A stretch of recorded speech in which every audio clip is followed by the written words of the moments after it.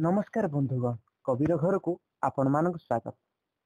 आज अतिथि कार्यक्रम आम सहित जी अच्छा से आपण मानकर चिर परिचित से एकाधार रे जड़े कवयित्री एवं संयोजिका आउ जड़े आईनजीवी निशा एवं पेशा तांकर दुईटी भिन्न लक्ष्य भिन्न दिगरे आगे चली अनेक हुए तो जानी नथिबे से जड़े कंठशिल्पी एवं अभिनेत्री मध्य बहु गुणर अधिकारी से आपण मानकर चिर परिचित आपण माने तांको कविता पढ़ी अनेक पत्र पत्रिका संयोजना शुणी सी आ कही नुहति आपण मानकर चिर परिचित श्रीक्षेत्र माटीर सर्वाणी दास। सर्वेश मैडम को नमस्कार, कविर घर को स्वागत। नमस्कार, बहुत बहुत धन्यवाद। आज्ञा मैडम आपण सहित आज आम मन खोला कथा हवा कविर घर परिवार तरफ आम तो आपण जीवन विषय बहुत कथा जानिबा। प्रथमे आपण बहुत सुंदर गीत गाती संयोजना करती गोटे गीत रु आम कार्यक्रम टी आरंभ करवा। अच्छा, जो गीतटी मु सब बेले बोले आज्ञा से गीतटी बोली दउची सेटा भी आपण माने सुनिथिबे। से गीतटी निश्चय निर्मला मिश्रंकर गीतटा निद भरा राति। आज्ञा निद भरा राति मोसु झरा गंध पिता पिता जो तुम्हें ना हो साथी आसी राति एका भल लागेला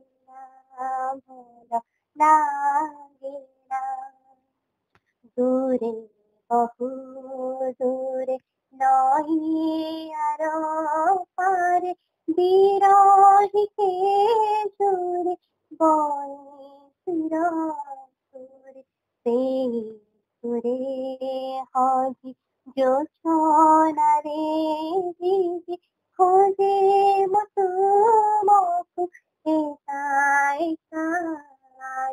दूर सदा तुम्हें बुझिला सोनाही कुमुदिनी मन बेदना कुमुदिनी मन बेदना निद भरा राति मधुर स्वरांत फीका फीका जो तुम्हें ना हो साथी आजी राति एका भल लागिला भल लागिला।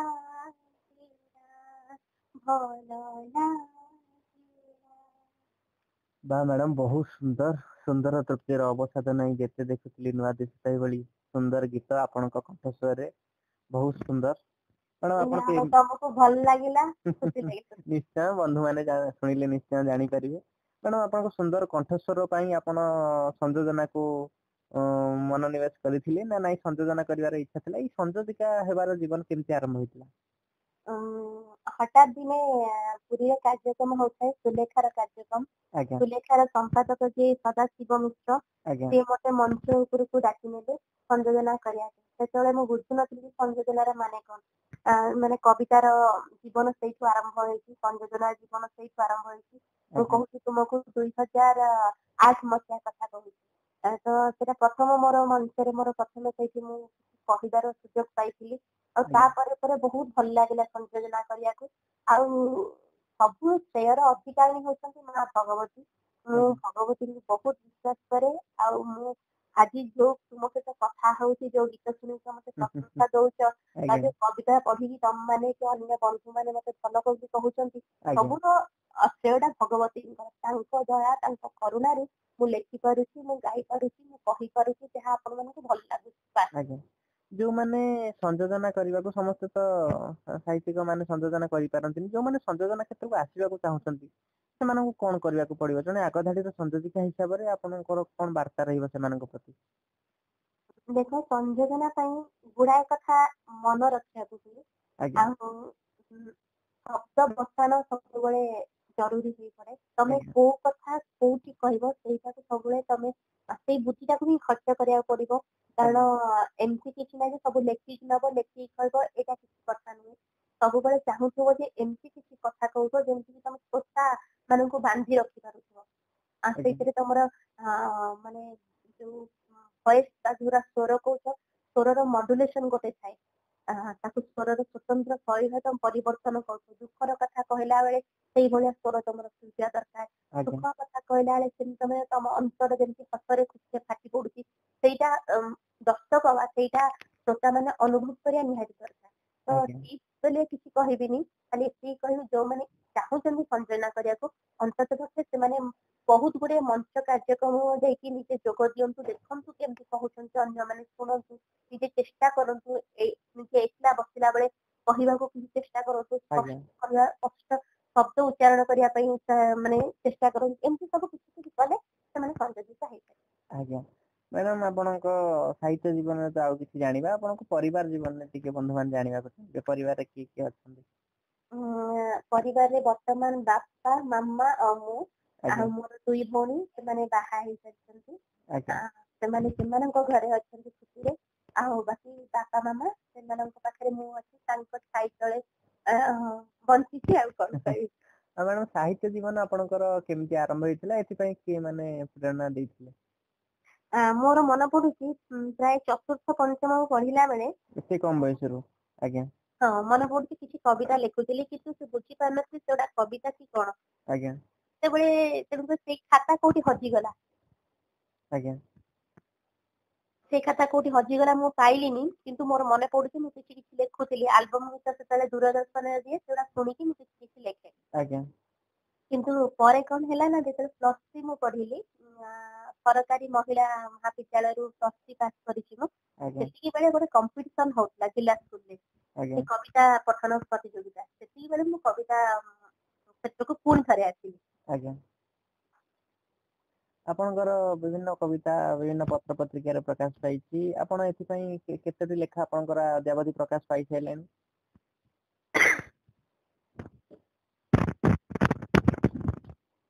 ଆଜ୍ଞା।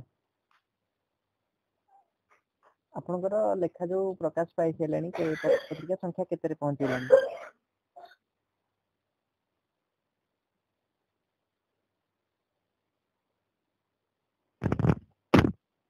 ହ୍ୟାଲୋ। ହଁ ମ୍ୟାଡାମ, ଆପଣଙ୍କର ଯୋଉ ଲେଖା ସବୁ ବିଭିନ୍ନ ପତ୍ର ପତ୍ରିକାରେ ପ୍ରକାଶ ପାଇଛି, ତାର ସଂଖ୍ୟା ପାଖାପାଖି କେତେ ହବ? ତଥାପି ତା ସଂଖ୍ୟା 150ରୁ ଉର୍ଦ୍ଧ୍ୱ ହବ ବୋଲି ଆଜ୍ଞା ଆଜ୍ଞା, ଏତେ ସଂଖ୍ୟାରେ ଅନେକ ପତ୍ର ପତ୍ରିକାରେ ଲେଖା ଆମର ପ୍ରକାଶିତ ହୋଇଛି। କେତେବେଳେ ଗଦ୍ୟ କବିତା, କେତେବେଳେ ଗୀତି କବିତା, କେତେବେଳେ ଫିଚର, କେତେବେଳେ ଗଳ୍ପ, କେତେବେଳେ ପ୍ରବନ୍ଧ। ସାହିତ୍ୟର ଓଡିଆ ସାହିତ୍ୟର ବିଭିନ୍ନ ଦିଗରେ ଆପଣ ଲେଖନ ଚାଳନା କରିଛନ୍ତି। ଆପଣଙ୍କ ନିଜ ରଚନାରୁ ଗୋଟିଏ କବିତାଟିଏ ଆମ ଦର୍ଶକ ବନ୍ଧୁ ମାନଙ୍କ ପାଇଁ, ଆମ କବି ବନ୍ଧୁ ମାନଙ୍କ ପାଇଁ। ମୁଁ ଗୋଟେ ଗୀତି କବିତାରେ ତମକୁ ଶୁଣେଇ ଦଉଛି। ଆଜ୍ଞା। ବଧୁ ନୁହେଁ ବନ୍ଧୁ ଖାଲି। ଆଜ୍ଞା। ଏଇଟା ସେମିତି ଆବୃତ୍ତି କରିଦଉଛି। ଆଜ୍ଞା। ବଧୁ କରି ମତେ ନେବ କହିଥିଲ, ସେ ସୁଖ ମୋ ଭାଗ୍ୟେ ନାହିଁ। ବନ୍ଧୁ ଭାବିତରେ ହାତ ଧରିଥାଅ, ଏତିକି ମାଗୁଛି ମୁଁ। ମୋ ଅନ୍ତର କଥା ରଖିଛି ଗୋପନେ, ଆଉ କି ପାରିବି କହି। ଭାବିଥିଲି ମିଠା ସପନ ଦେଖିବି, ତୁମରି କୋଳରେ ଶୋଇ। ଚଳୁଛି ମରମ, କାନ୍ଦୁଛି ପରାଣ, କେବଳ ତୁମରି ପାଇଁ। ବଧୁ କରି ମତେ ନେବ କହିଥିଲ, ସେ ସୁଖ ମୋ ଭାଗ୍ୟେ ନାହିଁ। ତୁମେ ଅବା କେବେ ପଢିଥାନ୍ତ ହେଲେ, ମୋ ଆଖିର ନୀରବ ଭାଷା। ପଢି ପାରିଥିଲେ ଘାରିଥାନ୍ତା ସିନା, ବିରତିର ମିଶା ସେ ବୁଝାଇଲେ ମନ କି ବୁଝୁଛି ଘୁମୁରି କାନ୍ଦୁଛି ରହି। ବଧୁ କରି ମତେ ନେବ କହିଥିଲ, ସେ ସୁଖ ମୋ ଭାଗ୍ୟେ ନାହିଁ। ଆଜ୍ଞା, ବିରହ କବିତା ବହୁତ ସୁନ୍ଦର। ମ୍ୟାଡାମ, ଆପଣ ତ ସଂଯୋଜନା କରନ୍ତି, ସେଇ ସଂଯୋଜନା ପଦେ ମନେକର ଆପଣଙ୍କ ପାଖକୁ ମା କବିତା ଟିକେ ଆସିଲା, ବନ୍ଧୁ ମାନେ ଜାଣିବେ କେମିତି ତାକୁ ଆପଣ ଉପସ୍ଥାପନ କରିବେ ସଂଯୋଜିକା ହିସାବରେ। ଜଣେ କବିଙ୍କର ମା କବିତା ଆସିଲା, ଆପଣ ସଂଯୋଜିକା ହିସାବରେ କେମିତି ଆପଣ ଉପସ୍ଥାପନ କରନ୍ତି, ସେମିତି ଟିକେ ଆମ ବନ୍ଧୁ ମାନଙ୍କୁ ଜଣେଇବେ।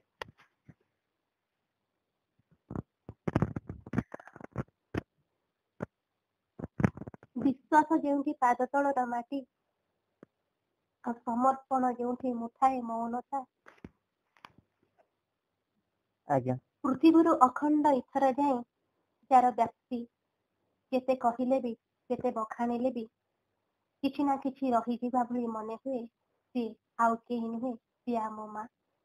ବହୁତ ସୁନ୍ଦର ଗୋଟେ ଧାରାରେ ଆପଣ ସଂଯୋଗିକା ଜୀବନ ନିଭଉଛନ୍ତି, ସାହିତ୍ୟ ଜୀବନ ନିଭଉଛନ୍ତି, ତା ସହିତ ଆପଣ ନିଶା ଓ ପେଶା ଗୋଟେ ଅଲଗା ଧରଣର। ଆପଣ ଜଣେ ଆଇନଜୀବୀ, କେବେ କଷ୍ଟ ହୁଏନି ଏଇ ସବୁ ଦିଟା ଯାକ ଅଲଗା ଦିଗକୁ କେମିତି ଆପଣ ତୁଲେଇଥାନ୍ତି ସଠିକ ଭାବରେ? କହିବାକୁ ଗଲେ ବେଳେ ବେଳେ ବହୁତ କାର୍ଯ୍ୟକ୍ରମ ମୁଁ ମିସ୍ କରିଦିଏ। ଆଜ୍ଞା। କୋର୍ଟ କାମ ଥାଏ, ଅନେକ ଆମନ୍ତ୍ରଣ ନିମନ୍ତ୍ରଣକୁ ଉପେକ୍ଷା କରିବାକୁ ପଡେ, ଇଚ୍ଛା ଥିଲେ ବି ଯାଇପାରେନି। କିନ୍ତୁ କବିତା ଲେଖିବା ନିଶା ସେମିତି ଥାଏ, ସେମିତି ମୋ ଭିତରେ ଢେଉ ଭାଙ୍ଗୁଥାଏ, ଶବ୍ଦ ମାନେ ଢେଉ ଭାଙ୍ଗୁଥାନ୍ତି। ବେଳେ ବେଳେ ଆମର ଲଞ୍ଚ ଆୱାରରେ ମୁଁ କିଛି ଲେଖି ପକାଏ। କିଛି ଆସ୍ତା ମାସ୍ତା ଶବ୍ଦ ମାନେ ଘାରି ଦିଅନ୍ତି ଯେମିତି ଚାରିପଟେ, ମତେ ଯେମିତି ମୁଁ ବାଧ୍ୟ ହେଇ କିଛି କେମିତି ଲେଖି ପକେଇବି। ତ ଏମିତି କହିବାକୁ ଗଲେ ଚାଲିଛି ଗୋଟେ ପ୍ରକାର ଭଗବତୀଙ୍କ ଦୟାରୁ। ଆପଣଙ୍କ କାହିଁକି ଲେଖନ୍ତି, ଯଦି ଆପଣଙ୍କୁ ଗୋଟେ ପ୍ରଶ୍ନ ଆସେ ସର୍ବାଣୀ ଦାସ କାହିଁକି ଲେଖନ୍ତି, କବିତା କଣ ପାଇଁ ଲେଖନ୍ତି, କଣ ତାର ଉତ୍ତର ଆପଣ କହିବେ? କବିତା ଦେଖିଲା ବେଳେ ମୁଁ ବହୁତ କାନ୍ଦେ। ମୁଁ ଜାଣିନି ଲୁହ ଗୁଡା କାହିଁକି ଆସେ, ମୁଁ ଏତେ ଭାବପ୍ରବଣ କେମିତି ହେଇଯାଏ ମୁଁ ଜାଣିନି। ମୋର ଗୋଟେ ମନେ ପଡୁଛି, ଜଗନ୍ନାଥଙ୍କର କବିତାଟେ ଦେଖୁଥିଲି ସମର୍ପଣ। ପ୍ରଥମେ ଆସିଲା 4 ଧାଡି, ମୃତ୍ୟୁର ପାଖେ ପାଖେ ମୃତ୍ୟୁ ଠାରୁ ଦୂରେ ଜୀବନର ପାଖେ ପାଖେ ଆଖିର ମୁଦ୍ରିତ ବଳୟ ଭିତରେ ନିରହଙ୍କାର ଚେତନାଟିଏ ଆପଣା ଛାଏଁ ବସିଥାଏ ସମର୍ପିତ ଭାବ ମୁଦ୍ରାରେ। ଏତିକି ଲେଖିଦେଲି। ଏତିକି ଲେଖିଲା ପରେ ମତେ କେମିତି ଗୋଟେ ଲାଗିଲା, ମୁଁ ବହୁତ କାନ୍ଦିଲି, କାରଣ ଆଉ କିଛି ମୁଁ ଲେଖିପାରିଲି ନାହିଁ ସେଇ ସମୟରେ। ପୁଣି କିଛି ଦିନ ଗଲା, କିଛି ଘଣ୍ଟା ଗଲା ପରେ ଆଉ କିଛି କବିତା ଧାଡି ମୋର ଆସିଲା। ତ ଏମିତି ମତେ କବିତା ଲେଖିଲା ବେଳେ ଲାଗେ ମୁଁ ସେଇଟାକୁ ଅନୁଭବ କରୁଛି, ସେଇ କଥାଟିକି ମାନେ ନିଜକୁ ମୁଁ ସହଜ କରିଦିଏ, ନିଜକୁ ସହଜ କରିବା ପାଇଁ ମୁଁ କବିତା ଲେଖେ। ଯଦି ଗୋଟେ ଧାଡିରେ କହିବି ତାହେଲେ ଏହା ହିଁ କହିବି, ଗୋଟେ ଆତ୍ମତୃପ୍ତି ମିଳେ କବିତା ଲେଖିଲା ବେଳେ। ଖୁସି ଲାଗେ, ନିଜକୁ ମାନେ ନିଜ ସହିତ ନିଜର ପରିଚୟ ଯେମିତି ହୁଏ, ନିଜକୁ ନିଜେ ଯେମିତି ନିଜକୁ ପାଏ ମୁଁ। ଆମେ ଜାଣିଛୁ ଆପଣ ଜଣେ ଅଭିନେତ୍ରୀ ମଧ୍ୟ, ଏତେ ଗୁଣର ଅଧିକାରୀ। ବିଜୟ ମହାନ୍ତିଙ୍କର ଅଜାତି ନାଟକ ହଉ କି ହରିହର ମିଶ୍ରଙ୍କର ଏବେ ନୁହେଁ ତ କେବେ ନୁହେଁ, ସବୁ ନାଟକରେ ଅଭିନୟ କରିବାର ଭୂମିକା କଣ ଥିଲା, କେମିତି ସେ ଅଭିନୟ ଜୀବନ ଟିକେ ଜଣେଇବେ? ସବୁବେଳେ ଆମର କବି, ନାଟ୍ୟକାର, ଓଡିଶା ସାହିତ୍ୟ ଏକାଡେମୀର ସଭାପତି ହରିହର ମିଶ୍ର ମହୋଦୟ ମତେ କୁହନ୍ତି ଯେ ମୋର ଗୋଟେ ବହି ଅଛି, ସେଇଥିରେ ତୁ ଅଭିନୟ କରିବୁ। ତ ମୁଁ ଜାଣିପାରେନି ସେ ଅଭିନୟଟିକୁ ମୁଁ କେତେ ଦୂର ତାକୁ ଆଗେଇ ନେଇ ଯାଇପାରିବି ବୋଲି, କିନ୍ତୁ ଯେତେବେଳେ ମୁଁ ଅଭିନୟ କଲି ମଞ୍ଚରେ, ମୋର ପ୍ରଥମ ନାଟକ ଏବେ ନୁହେଁ ତ କେବେ ନୁହେଁ, ମୁଁ ଡାଇଲଗ ଗୁଡାକ ସବୁ ମନେ ରଖି ସେତେବେଳେ କହିପାରୁଥିଲି। ମୁଁ ତମକୁ କହୁଛି 6-7 ବର୍ଷ ତଳର କଥା। ମାନେ ସମସ୍ତେ ଆଶ୍ଚର୍ଯ୍ୟ ହେଇଗଲେ ଯେ ଏତେ ମାନେ ଡାଇଲଗ କୁ ସେ କେତେ ସୁନ୍ଦର ଭାବେ ମନ କେମିତି ରଖିପାରୁଛି। ସେଇଟା ଗୋଟେ କଥା। ଆଉ ଗୋଟେ କଥା ଅନୁଭବ ମୋର ଆସୁଛି, ମନେ ହଉଛି ଆମର ଭଞ୍ଜକଳା ମଣ୍ଡପରେ ଅଜାତି ନାଟକ ଅଭିନୀତ ହଉଥିଲା। ସେଇ ସମୟରେ ମୁଁ ଗୋଟେ ବାଉରାଣୀର ଭୂମିକାରେ ଅବତୀର୍ଣ୍ଣ ହୋଇଥିଲି। ଗୋଟେ 50 ବର୍ଷର ବାଉରାଣୀର କ୍ୟାରେକ୍ଟର ଥିଲା ମୋର। ସେଇ କାର୍ଯ୍ୟକ୍ରମର କିଛି ସଳାପ ମନେ ଅଛି ଆମ ବନ୍ଧୁ ମାନଙ୍କୁ କହିବା ପାଇଁ? ସଳାପ ମନେ ପକେଇଲେ ମନେ ପଡିବ, ବର୍ତ୍ତମାନ କିନ୍ତୁ ମନେ ପଡୁନି ମୋର, କାରଣ ପୁରା ମୁଁ ତମକୁ କହୁଛି 6-7 ବର୍ଷ ତଳର କଥା। ଆଉ ତେଣୁକରି ମନେ ପଡୁନି, କିନ୍ତୁ ମନେ ପକେଇଲେ କିଛି ସମୟ ନୀରବତା ରହିଲେ କେଉଁ କେଉଁ ପତ୍ର ପତ୍ରିକାରେ ଆପଣଙ୍କ ଲେଖା ସବୁ ପ୍ରକାଶ ପାଇଛି ଅଦ୍ୟାବଧି? ଉତ୍କଳ ପ୍ରସଙ୍ଗ, ଇସ୍ତାହାର, ଶ୍ରୀମନ୍ଦିର, କବି, ମଧୁର ଭାରତୀ, ଆମର ସୁଲଗ୍ନା, ତାପରେ ଗଙ୍ଗଶିଉଳି, ତାପରେ ପରାଗ, ଆବର୍ତ, ତାପରେ ଆମର ଅକ୍ଷାଂଶ, ଏମିତି ଅନେକ ପତ୍ରିକା, ମହୁରୀ, ତାପରେ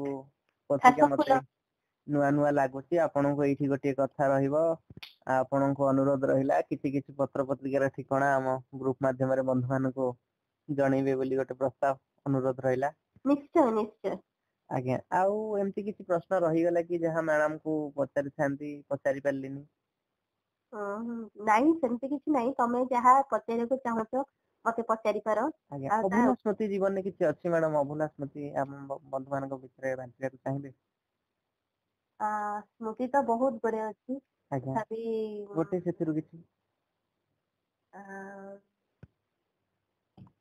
भल कथाटे कहूँ लॉ कॉलेज रे पढ़ुଥିଲି मु तो जीएम लॉ कॉलेज पुरी रु पास करिछि लॉ पास करिछि तो सेही समय रे क्लासिकल सिंगिंग गोटे कंपटीशन होतला आ गोटे लाइट म्यूजिक कंपटीशन होतला तो जेते लाइट म्यूजिक कंपटीशन होतला सेते मु गोटे गीतटे बोलिथिली दौलत जो की दिल की कहानी हमर जीना तमन एवं अमिताभ बच्चन कर पिक्चराइजेशन सेटा हेतला तो मु बोलथिली जेते मु गीतटा मोर आरंभ कली समस्त ठिया हेकी ताली मारले एई जो ऑनरटा बड़ पुरस्कार गोटे कलाकार प्रति आज्ञा एईटा जोटा मते मु देखिली मो सामना रे जे एते जण ठिया हेकी ताली मारुचंदी एप्रिशिएट करचंदी गीत हम बहुत खुशी लागितला मते बहुत भल लागिला आउ सेटा कहिनी मध्ये मु श्रेय देवी भगवती को तांको दया नहले अते मु गीतटा एते माने श्रुति मधुर होई पार नथांता मैडम आपण गोठू चुंबक रे जानिबा को चाहिबो आ नुवा लेखुथिबा नुवा पीढ़ी मानन को आपनकर कोन वार्ता रहइबो आ कबीर घर को आपण कोन कहिबे नुवा पीढ़ी रो लेखक लेखिया मानन को गोटे अनुरोध बहुत पढंतु आ कम लेखंतु आ गोटे कविता लेखिला परे ताको रखि दियंतु पुन 2-3 दिन परे से कविता को देखंतु निजे कविता आवृत्ति करिया देखंतु एवं ताहा कोटे सुनांतु कविता बारंबार आवृत्ति कले जानि परिबे कोठी कोन रहि जाउची खूब पढंतु प्रचुर पढंतु आ कबीर घर कथा कहले कबीर घर तो बहुत सुंदर ग्रुप थे आ व्यस्त बहुल जीवन भितर मु जदियो कबीर घर कविता पोस्ट गुड़ा को देखुची किंतु मतामत देई पारोनी खूब कम मतामत देई परछि कबीर घर समस्त जो माने कार्यक्रम खूब भल लागुची मनसा होची आ मोर विश्वास एवं आशा जे कबीर घर बहुत बहुत बहुत आगु जीवो बहुत उन्नति करिवो आ यार जे संपादक विशेषकर त्रिपाठी छोटो पिला के हुएत तांको सहित मोर देखा हेतला माने आपनक सहित मोर देखा हेतला जटणी रे बोधे देखा हेतला ना कोणार्क रे देखा हेतला आपण से कविता पाठ करिया पई आसुथिले तो सेति बेले मु जान नथि छोटो पिला रे से प्रतिभा पूर्ण बोली जान नथि बे जानी खुशी लागुची मु सानो भई बोली आपन कहे आपनकर मधु उत्तर उन्नति कामना करू जा हो आपन को आशीर्वाद रही थाओ एते समय रहिले आपन को कार्यक्रम शेष करिया पूर्व गोटे सुंदर गीत आपन कथे सुनिया चाहू मो गीत जोटा मु लेखिची एवं स्वर मध्य मु देई जोटा सेटा मु आपन को देई दो आज्ञा कोन के बेजादी की छी मागे मोत मोकु कही बन देवी नाही कही बन देवी नाही जहाँ धारी देवो खाली खते बोरो आनंदित धारी भी कही बन देवी नाही सोड़ा के न सोड़ा बुझा के न बुझा एमिति करिबे आली गाली रे पाछे नारे साड़ा पाद तले लुटिबी कही बन देवी नाही कही बन देवी नाही के बेजादी की मागे मोत मोको कही बन देवी नाही कही बन देवी नाही जा हो मैडम गोटे सुंदर गीत सुने कि आम बंधु मान मन किणी नेले धन्यवाद धन्यवाद तुमको आपनको बहु मूल्य समय किसी समय काढ़ी कबीर घर को अतिथि भाव में आसीथिबार आपनको बहुत बहुत धन्यवाद पुणी समय सुविधा देखिले आपनको सहित आउ थरे भेट हबो मैडम आज कार्यक्रम रहिली विदाय दियंतु नमस्कार नमस्ते बंधुगण ए थिले सर्वाणी दास जणे अभिनेत्री कंठशिल्पी आईनजीवी एवं कवयित्री आपण माने जानिथिबे से जणे सुसंयोजिका श्रीक्षेत्र पुरी माटीर कवयित्री तांकर मन खोला कथा कहूथिले कबीर घर अतिथि कार्यक्रम आपण मानकु ए कार्यक्रम केमिति लागिला निश्चय सुनी मतामत देबे खूब शीघ्र आपण माने भी ए कार्यक्रम रे शामिल हेउछन्ति आजिर कार्यक्रम को एठी रखिबा विदाय दियंतु आपण मानकर सिद्धेश्वर नमस्कार।